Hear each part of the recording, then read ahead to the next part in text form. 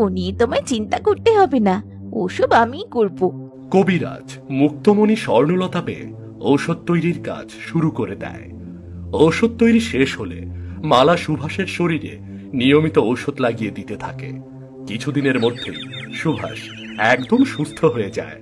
রাজকুমার, এখন আপনি সম্পূর্ণ সুস্থ, কিন্তু এখন পর্যন্ত বললেন না কেন আপনাকে ভাসিয়ে দেওয়া হয়েছিল। সব বলবো। আপনারা আমার জীবন বাঁচিয়েছেন, নিজেদের চিন্তা না করে রাত জেগে জেগে আমার সেবা করেছেন। আপনাদেরকে তো বলতেই হবে, কিন্তু তার আগে আপনাদের আমার সাথে আমার মহলে যেতে হবে। আমরা আপনার মহলে যাব কেন? আমাদের দায়িত্ব ছিল আপনাকে সুস্থ করা, আমরা আপনাকে সুস্থ করেছি। এখন আপনি আপনার মহলে ফিরে যান। না, আমি একা আমার মহলে ফিরে যাব না, তোমাদের যেতেই হবে।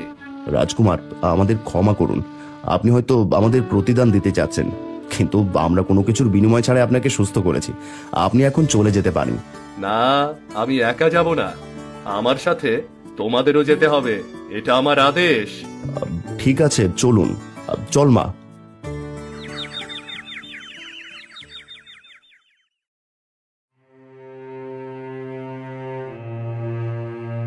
রানী, তুমি এভাবে কতদিন থাকবে? আমাদের ভাগ্যে যা লেখা ছিল তাই হয়েছে।